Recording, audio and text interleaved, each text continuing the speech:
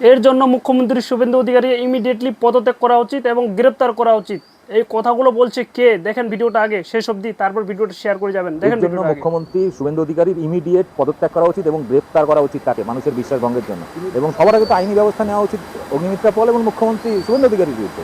তাদের ইমিডিয়েট গ্রেপ্তার করা উচিত, কারণ তারা ধারাবাহিকভাবে এই সামাজিক প্রকল্প নিয়ে মানুষকে মিথ্যা বার্তা দিয়ে ভিডিওটা শেয়ার করবেন। দেখেন ভিডিওতে মানে প্রেস কনফারেন্স বা এটা ভিডিও বার্তায় বলেছেন যে যারা যারা অন্নপূর্ণা ভান্ডার বা বিভিন্ন প্রকল্প নিয়ে বিভ্রান্তিকর তথ্য দিচ্ছেন, রিলস বানাচ্ছেন, ভিডিও করছেন, তাদের বিরুদ্ধে আইনি ব্যবস্থা নেবেন। কিন্তু এই মুখ্যমন্ত্রী গত মাসখানেক আগে প্রশাসনিক বৈঠক থেকে সরাসরি বলেছিলেন যে যারা যত বেশি সমালোচনা করবে তত বেশি তাদের নাকি মানে বিজেপির বা মুখ্যমন্ত্রীর কাজ করতে আরও উৎসাহিত হবেন, আরও বেশি বেশি করে কাজ হবে।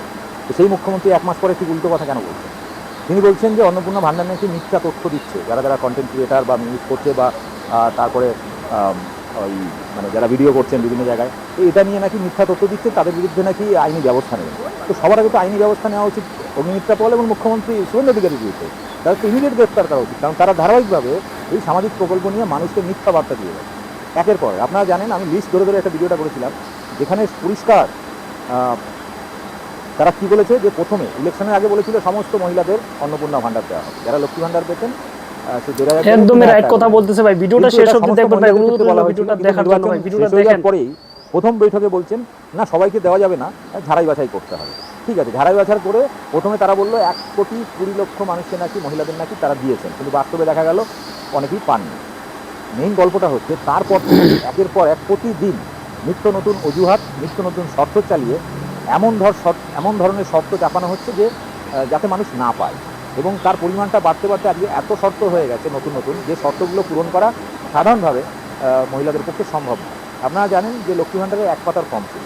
বিজেপি যখন নির্বাচনের আগে পাড়ায় পাড়ায় অন্নপূর্ণা ভাণ্ডারের ফর্ম বিলি করছিল, তখনও কিন্তু এক পাতার ফর্ম ছিল নরেন্দ্র মোদীর সই সহ, এবং পরবর্তীকালে সেটা বাড়তে বাড়তে 12 পাতা 13 পাতায় চলে গেল। এবং সেখানে একজন মহিলা অন্নপূর্ণা ভাণ্ডারের টাকা পাবে, তার জন্য পুরো গোষ্ঠী খানদান সবার জমির দলিল, অ্যাকাউন্ট, ব্যাঙ্ক অ্যাকাউন্ট ডিটেলস সব কিছু দিতে হচ্ছে। অর্থাৎ এগুলো কি? এগুলো হচ্ছে না দেওয়ার একটা ফন্দি। এবং এই যে শুধু অন্নপূর্ণা ভাণ্ডার নয়, এর পাশাপাশি অন্যান্য বিভিন্ন ধরনের প্রকল্পগুলো নিয়ে যে টালবাহানা করছে, গত 3 মাস হয়ে গেছে, এখনও পর্যন্ত যে প্রতিশ্রুতি দিয়ে ক্ষমতায় এসেছে, সে 200 টাকায় মানে 200 টাকার বিদ্যুৎ ফ্রি হোক, 2 টাকা করে বিদ্যুৎ ইউনিট হোক, 450 টাকা গ্যাস হোক, কিংবা অন্যান্য আরও প্রচুর ভাতা ফাতা রয়েছে, সেগুলো সব বন্ধ অলরেডি। এমনকি অলরেডি যে বাসের মহিলাদের জন্য ফ্রি, সেটাও বন্ধ করে দিয়েছে, বলছে পিন কার্ড তৈরি হবে তারপরে নাকি ফ্রি হবে। আমি জানি না পশ্চিমবাংলার মহিলারা তারা বাসে উঠবে তার জন্য নানা রকম টালবাহানা শুরু হয়েছে। অর্থাৎ বিজেপি সম্পর্কে আমরা নির্বাচনের আগে যা যা বলেছিলাম যে বিজেপি শুধু প্রতিশ্রুতি ছাড়া আর কিছু দিতে পারে না। এটা ভারতবর্ষের 16-17টি রাজ্যে তারা ক্ষমতায় রয়েছে একক সংখ্যাগরিষ্ঠতায়, সেখানেও কোনো মহিলাদের কোনো টাকা পয়সা দেয়নি। দিল্লিতে 2 বছরের বেশি হয়ে গেছে, এখন পর্যন্ত কোনো মহিলা টাকা পায়নি, অন্যান্য রাজ্যে তো রয়েছে। এর পেছনে একটা কারণও আছে যে তারা যদি পশ্চিমবাংলা মহিলাদের দেওয়া শুরু করে, তাহলে অন্য বিজেপি শাসিত রাজ্যের মহিলারা খেতে যাবে, কেন তারা পাচ্ছে না। ফলে ইচ্ছাকৃতভাবে এটাকে টালবাহানা করে এইভাবে মানুষের সাথে বেইমানি করছে, বিশ্বাসঘাতকতা করছে। ফলে এই মানুষকে বিভ্রান্ত করা, মানুষকে হয়রানি করা এবং প্রতিশ্রুতি ভঙ্গ করা, এর জন্য মুখ্যমন্ত্রী শুভেন্দু অধিকারী তো অবশ্যই আপনারা তো জানতে পারলেন কি বললো এই ভাইটি। অবশ্যই ভিডিওটা প্রচুর পরিমাণে শেয়ার করে পুরো বিশ্বের লোককে জানার এবং শোনার সুযোগ করে দেবেন। এই খবরটি অবশ্যই পৌঁছে দিবেন আপনার একটা শেয়ারের মাধ্যমে। শেয়ার যদি করেন এই ভিডিওটা সবার কাছে পৌঁছে যাবে ভাই। আর আপনার প্রোফাইলে আপনি রাখিয়ে দেবেন এই ভিডিওটা, সবাই আপনার শেয়ারের মাধ্যমে সবাই যেন দেখতে পারে ভাই। অবশ্যই